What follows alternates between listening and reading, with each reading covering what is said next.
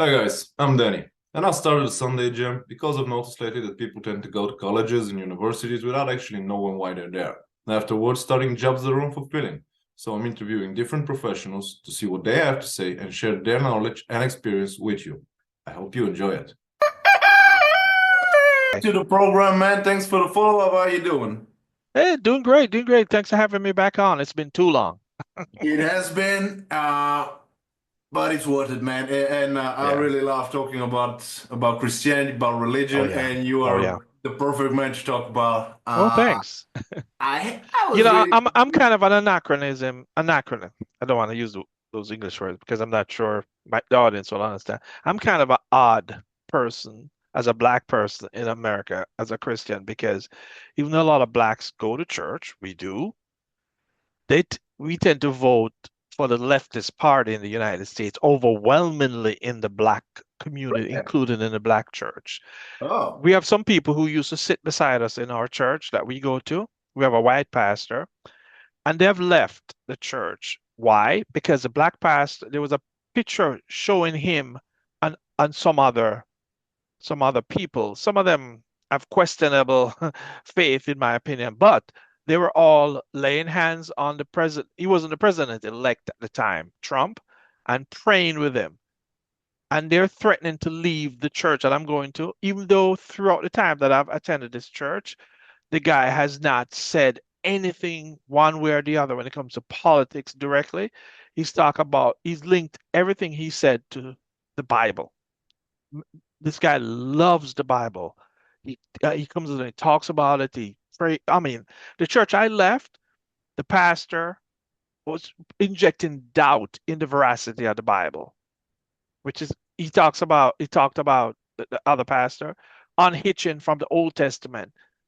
Excuse me, Christ quoted the Old Testament a lot. The apostles did, and not only that, since Jesus was God or is God, he was in the Old Testament. That's why John said before Abraham, Abraham I was, I was. am, I am. because he Yeah. was always he's God.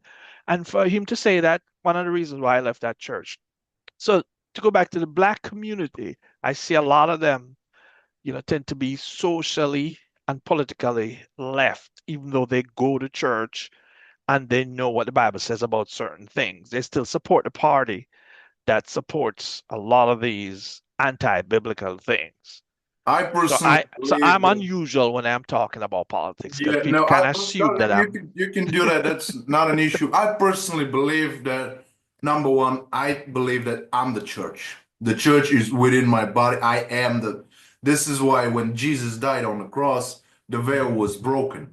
We no longer need the middleman. I don't. Yeah. That's why I We don't was need never a priest. stand the Catholics because Yep. like I'm gonna go to a priest and confess. First of all, my sins are between me and God. Number two, if you forgive, they're forgiven. And number three, Hmm. most of those pastors are more messed up than I am. So what is the Oh point yeah. here? Oh It's yeah. Oh ridiculous. yeah. Oh yeah. And Some of the. Have you seen the history of some of the popes as to how oh yeah, man, I'm wonderful very these familiar. popes were when they were popes, not when they were priests, when they were popes. Some of them have fathers, children when they Yeah. were popes. You know what? You know what I To be fair, I'm an Orthodox Christian. Our priests and our, spiritual leaders. First of all, marriage is not only allowed but encouraged. I It have should be. a friend priest. The guy has five sons in a row, and he loves them, and they love him. But it's Good deal. encouraged because the Yeah. point is that you should be a father, a physical father, before starting to go with the whole religious thing. And it makes sense. This is why I really Hmm. don't understand the Catholics. And I to be don't honest, either. man, I I don't think either. I told you that last time, but maybe I didn't. I don't remember. John Paul II. Now that was a pope because he was He was shot. interesting. He Yeah, was he was interesting shot. The guy. first thing he did was they took an interview and said, "I forgive him. Forgive Yeah. your enemy." Man, that That's was right. Christianity all the way. That man was amazing. Well, that's what Christ said on the cross, right? That's what Stephen said when they Yep. were stoning him. So you talk about faith. The first question was about faith. Can people who have faith be in constant trouble? What do you mean in constant trouble, though? I'm gonna tell you what I mean. Now, I was reading a few interesting things about Russia-Ukraine war, and Hmm. lately for the last about beginning of November where I'm reading it. Those poor people, they have faith in God and they're Yeah. always in trouble. Now, a little bit of a history, and this is again why I'm always saying that I am the church, the spirit is locked within me. Now, you know, after the World War ended, the Hmm. Soviet Union occupied half the continent. Hmm. The first thing they attacked and they butchered and killed are the priests. And Yeah. they have, placed priests, KGB agents to be as priests. Hmm. Needless to say, it's not very healthy to go to a KGB agent and tell them about your sins. There's, Probably not. there's a downside. Yeah. So that part of Hmm. Europe doesn't go to church a lot. It Hmm. kind of, and yet still we do have it. Now, I don't think, I think God has very simple ways. The devil's ways are difficult and twisted, but God is straightforward. I don't think if you actually have faith, if you can see, if you are not influenced by anger or hate or emotions, you can see the right way and just not be in constant trouble. That's what I think. Well, it depends what you mean by trouble, but if you look at some of the people in the Bible with the strongest faiths, old and new, Job in the old or in the new, Paul. Paul in Second Corinthians had a said he had a remember Paul went to heaven. If you Yeah. look at Second Corinthians for chapter 12, I think it's or chapter 9, I think it is, where he talks about I know of a man who know of a man who went to the second heaven. He was talking about himself. But Paul was so humble that he refused to identify that person. Now, Paul said he had a thorn in his flesh. Some people think it was physical. Some pastors and scholars think it's physical. A couple pastors who I trust and who I follow thinks it was spiritual. Because remember, Paul was being criticized as being, terrible person, was not, not a good person, et cetera, throughout But his well, he was a ministry. disciple. Yes, he was a Yeah. soldier, And he and prayed. He prayed yeah, about it. And God said no 3 times. And God told yeah. him no, clearly. I mean, So Jesus clearly, actually told him that this would happen, so oh it wasn't yeah. a surprise. Not to mention Christ was crucified too. And don't forget, 11, 10 of the 11 original disciples died in excruciating way. John was the only one who was not. John was exiled to the island of Elba. The rest of them, Peter was crucified upside down. Peter Yeah. asked to be crucified upside down because Peter said, I'm not qualified to be crucified like my Savior. James, the brother of Christ, was the bishop of Rome and he was executed, and the others were executed in different ways. So having faith doesn't mean that you're not going to have trouble. In fact, Christ said so. No, I Now, meant a different thing. Like, because people are pretending to have faith and they okay, always end up in a messed up situation and okay, they that's can what you blame mean. Okay. God. You mean That's trouble what I of mean. their own, bad trouble, the bad Yeah. kind of trouble, meaning not necessarily trouble. When I say bad, I don't mean physically bad, meaning, oh, I've got cancer or whatever. Yeah, But the no, I bad was trouble is that talking they about, do yeah, I was talking something, about they, poor they choices. sin. They Yeah. sin and they get in trouble because of that sin. Then no, I would say no, not because we don't sin, but because, as James said, our we have our faith, our salvation will lead to works. In other words, let's say let's say you are a bad person for whatever bad you do, and you come to faith in Christ. And truth be told, no You're man not is, gonna be doing those same bad things. Like you're not gonna steal, you're not gonna murder, you're not gonna step out on your wife. So I mean, and get in trouble constantly. So if that's what the trouble you mean, no, I yeah, would say no. You shouldn't. That shouldn't be happening. And absolutely. people who are truly saved should not still be getting in the trouble that they were getting in before. You're gonna sin still because nobody's perfect. And as Paul says, the things that I'm supposed to do, I don't do, and the things that I do, I'm not supposed to do. Oh, wretched me. And if Paul can say that after so many years of being saved, you know what I mean? No, it requires a specific level of, being humble to say Yes. something like that, and a lot of people aren't. It's a fact. A lot of I know. people are not. Oh, we Uh, constantly have to be asking the Lord to just constantly and the Holy Spirit to guide our steps because we're gonna stumble at times. Because the devil not gonna give up on trying to entice us. no, no, he isn't. And it is said he is the prince of this world. That's So right. That's right. I've heard about God loving us unconditionally, Hmm. and that's what the second question is. You think it's God's obligation to take care of people who don't care of themselves? Now, the reason I'm asking is because yes, he does love us unconditionally. That's why he sent his son. Hmm. The mission is over. The path is listed. You can either follow or not follow. If you don't want to follow, there is a place for you as well. You can just stay away from God and his That's true. ways. That's true. If you do want to follow, there is a way, the New Testament. That's the way now. Do you and yet some people really disagree with that. And I think it's pretty logical. Like, no, even if I'm a sinner, God still love me. That's not that kind of mama love I'm talking about. The love that he has is just giving you the option. Now, you can take it or not take it. That's up to you. Yeah, and you know, many people think that now that I've become a Christian, bad things are not gonna happen. I don't know where to find that out. I think it's Yeah, a that's not in the misinterpretation, that's nowhere. Of course, everywhere. misinterpretation of some things that are said in the script in the Bible, and listen to people like Joel Osteen, and if you've heard of him, Not sure. he's a pastor of a mega church down in Houston, Texas. It's very popular. He's very popular because he preaches the good life. He doesn't talk about Yeah. sin. I just don't, I think people are getting beat. I'm trying to imitate him now. Yeah. People are just getting beat up so much. I just want to make them feel good. I don't know what Oh, is it about Christianity that supposed to make people feel good. Does he yeah. have an obligation to take care of people? No, but at the same time, God allows good to happen to the just and the unjust. He doesn't just let rain fall in the areas where people who are good.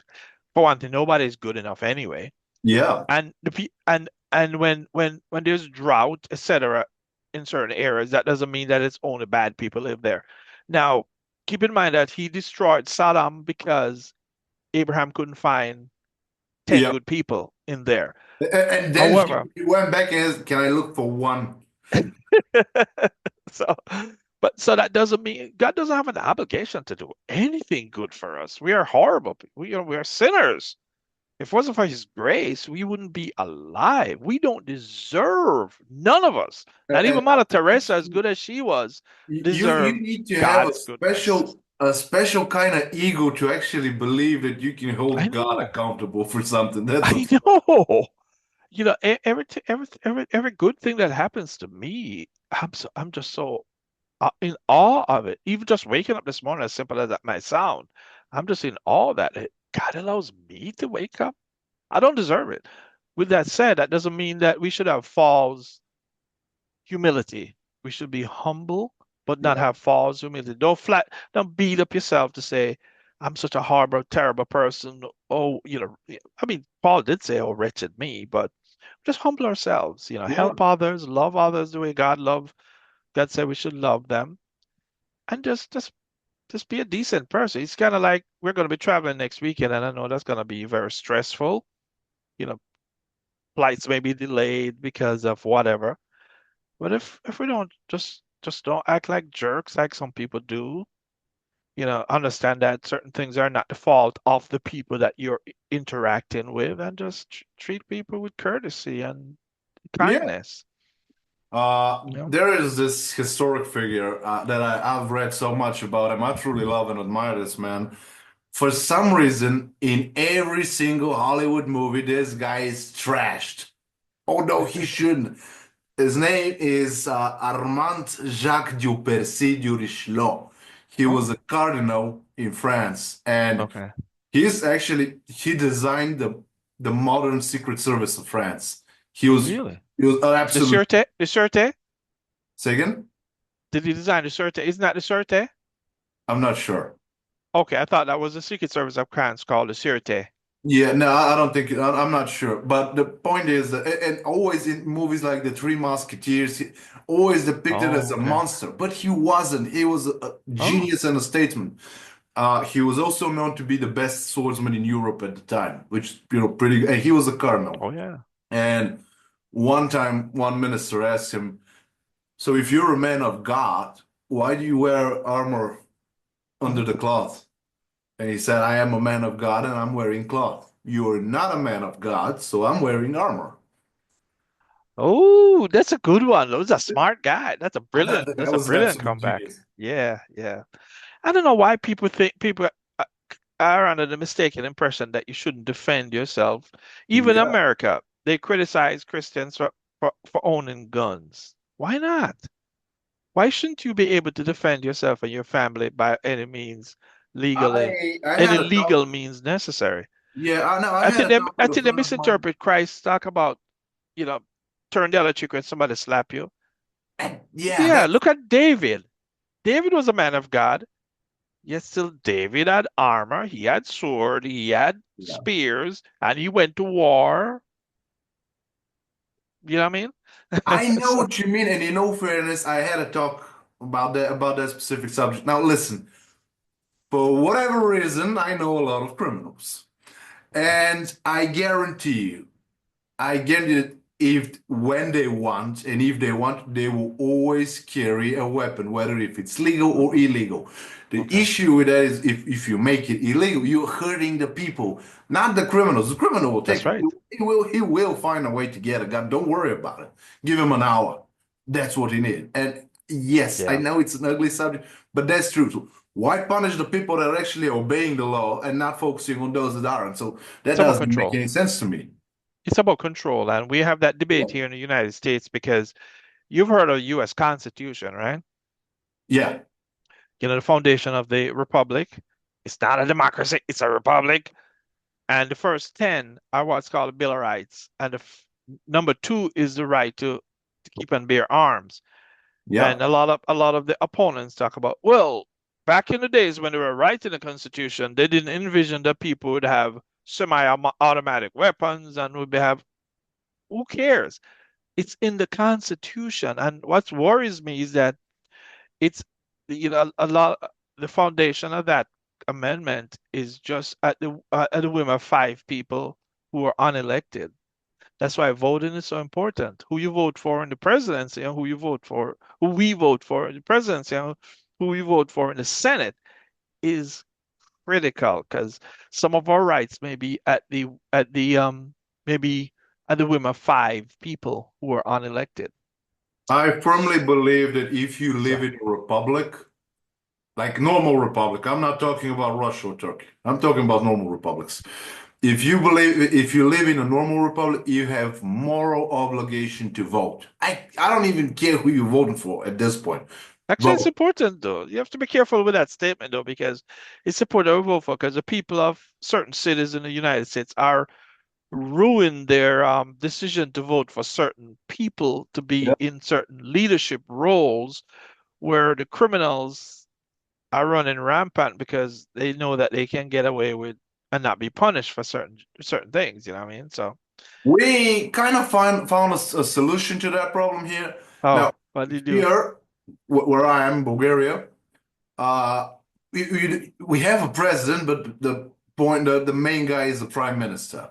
Okay. Now, if you're elected, you have 4 years, Hmm. but that doesn't mean you will stay there for 4 years. And normally, because you have about 100 days to impress me as a voter, as your boss, because I'm paying for this whole craziness. If they and when they're not doing a good job, they're out. It's that simple. You can stay for 4 years, but 'cause we treat basically, from my point of view, this is a job like every other. Let's say you hire me Right. for a project. Hmm. You need a store to be built, but that doesn't mean I can go do whatever the hell I want until the store. There are rules. You're gonna obey the Yeah. rules because I'm paying you. If you're not doing it, bye. And it's You very know, simple. we were in Switzerland last year. I was really impressed the way I'm not sure I would live there because it's so expensive to live there. But It is. they have cantons the way we have states in the US, and they believe in self-government and all that in such a way that the national government is very limited in what they can do. Yeah. And the Swiss, if the national government or even the canton government vote a law into place that they don't like, they have the referenda process. They'll overturn that law Yeah. using the referenda. So it restricts what the national government can do. And the cantons are exactly, I have a feeling our founding fathers saw that and used that to as their blueprint when they were designing the way we have the United States, because this canton has been around from the 14th century, and the United States has only been around as a republic since the 18th century. In that each canton has the flexibility within their guidelines to vote to enact any policy they want to enact. So if a canton want to raise taxes to the roof, they're free to do that. Of course, they can be overturned by the people. So what you see is that some cantons have high taxes and they're like totally welfare state, and you have some cantons with lower taxes and they're a lot freer in that context. So it's very fascinating, and it's been around for what's it, 800 years, 700 plus years or so, 700 years or so. That's amazing. When's the last thing you heard of the Swiss being involved in a national war? It's been a Uh, long time. Exactly. I But really don't. You can. has anybody ever invaded Switzerland? Yeah, probably. Yeah, yeah. No, not since like the 14th century. I mean, I'm pretty sure during the First and the Second World War, there were. Oh no, they were neutral. They were neutral. They really weren't, because the Yeah, they Nazis really were able to were. So, stash a lot of their stuff in Swiss banks. So yeah. the Swiss authorities knew what was going on, but because of strict privacy laws, Switzerland has the toughest privacy, probably the toughest privacy laws in the world. It's very difficult to get anything out of a Swiss banker. Sadly, Norway is the Mhm. total opposite. I'm not hearing good things about Norway, but I guess, it No seems way, like okay. Netherlands. Yeah. Uh, Anyway, I think we're straying a little bit away from this. Sorry. a little bit. Yeah, I Well, want to ask you, what do you think about being an atheist? Because I had a talk again, a couple mhm. of folks a while now. One of them like really didn't like th- about the things about atheists. I said, well, why or why? They'll burn in hell. I said, well, first of all, it says not to judge. You're sitting here judging all over the place. Number two, that's between them and God. Okay, don't put your nose in their business. You worry about you. Good And point. Good they, point. yeah, Somebody I know wrote a book titled "I Don't Have Enough Faith to Be an Atheist," and I'm kind of like that. The world, my understanding of atheism is that the atheists don't believe in a God, like yeah. the way we believe in a God, creator of the universe and so on, and creator of humans and all that. Mostly they And basically believe about the evolution and everything is just happening and that it's like us and that's it. which is kind of odd considering that they can't show anything else. They're saying that humans and animals, all of a sudden, this wonderful world that we live in now, just came out of nothing. But they can't show anything else. Okay, can they look at an automobile and say, hey, it just suddenly spontaneously came together and became an automobile? No. Yeah. And a pastor I know, Chuck Swindoll, said, believing that humans are the world was created spontaneously. It's like going into a garage and throwing up all the parts in a car in the air, and then they suddenly come down as a car. If you talk to an atheist and you say, "Hey, see that car over there? Do you really believe that it just came together and just became a car with all the parts, or did somebody created the parts and put it together?" They look at it as if you're crazy, but then they look at human being with trillions of cells and really believe that, and look at this complex universe that we have. I really believe that one day there was nothing and then the next day there was. Where Yeah. did that something come from to spontaneously combust to become what we know now as the world? You have to have some kind of intelligent design behind it. Now, some atheists actually believe that there might be some intelligence. However, they won't go as far as to say it is God. Yeah. Because even people like Stephen Hawking do and do I think do believe that there's maybe some intelligence there, but he refused to go the next step and say it's God. It was created by God. So I just don't think, and I do, if you reject God, and if an atheist seems to me that's what they do, they reject God. Then if they reject God, then there's only one destination that they can be. Also, though, we shouldn't just point our fingers and say, oh, you don't believe in God, you're going to hell, because not a Yeah. lot of people who say they believe in God are going to actually be in heaven. Because, I know of someone she says she believes in God, but she reject Christ. You can't reject Christ. You just That can't. reminds me of this funny story. I don't know if I told you that last time. So a buddy of mine had Hmm. this Tinder application, and he met a girl, Hmm. and he says, you know, she's going to his place Friday after work. She Mm. spends Friday night, Saturday the whole day, Saturday Mm. night, Sunday the morning. He gets up. Is that I'm making breakfast. I'm putting coffee. I'm excited. She all dressed up and said, "Listen, that was fun, but sex out of wedlock is a sin. So I'm going to church, but I'll see you next Friday." That's a good one. That's a good one. The A thing lot is, of us that's not are. even a joke. Actually, and I said, "Listen, man, you live in a pretty good apartment, pretty big. Just get a 1 square meter and put some corner over there and some icons so that you can just cut the middleman. Just don't force the woman to go to church. If it's only for that, then leave her in the corner for a while." It was Yeah. so crazy, but no, most There's a saying in some aspects of mostly in the conservative side of Christianity, that some people are practicing atheist. They yeah, may believe in God, and they may go to church on Sunday or even Saturday, and right after they walk out, they go back to yeah, what their lifestyle. There are some people who are there, some of the most devout people belong to the mafia. They go to mass. They go to mass every day. They go to their priest and they confess and so on and so forth. But then they walk out and they plot the destruction of their enemies. So, yeah. you know, we you know that's what the part of what James is talking about when he talks about the fruit. If you are saved, it will be reflecting what you do. And God sees the heart too, so it's also reflecting what you think. I struggle with that sometimes. I'm not gonna sit here We and all say, "Oh do. well, I don't have thoughts that I'm not supposed to have." I do. I mean, you That's why should it's keep important. every thought into captivity, to be honest. Oh And this gosh, is it's why hard though. It's I hard. know, but Oh my goodness.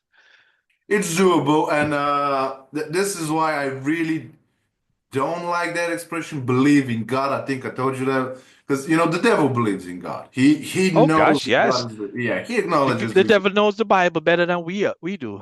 Yeah, and he's quoting the scripture like nobody He else. quotes it. Remember when Christ was taken in the desert to be tempted? Devil was Yeah. quoting scriptures. So the devil knows the So, scriptures very well. And some atheists know the scriptures better than oh, than yeah. than Christians, because atheists read it, while a lot of Christians, they go to church But they and they read it don't even open the Bible at intellectually with, church. yeah, they read it intellectually with the point of, Yeah, proving it wrong. That's, they're trying to. Hmm. yeah. So I really encourage people to say that they believe God because you have to believe what this guy is telling you because it's for your own good. But, The pastor at the church that I told you as about a, that I left, he yeah, talks about, oh, I want people to follow Christ. There was a lot of people who were following Christ, but none of them, or very few of them, if any, believe that he was at the time the Son of God. Still is. He is the Son of God. He is God. But at the time, because he died, obviously. But none of them believe he is the Son of God. None, or almost none. Not even the disciples who were around him for Thomas, 3 man. years and saw all those miracles that he performed. They didn't believe that he is the Son of God. It's only after he died, he said, I'm gonna be killed. Son of Man is gonna be killed, and he's gonna be raised in 3 days.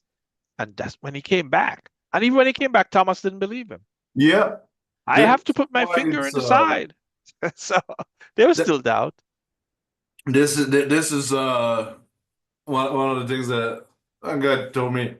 That he has to prove that Jesus was never married.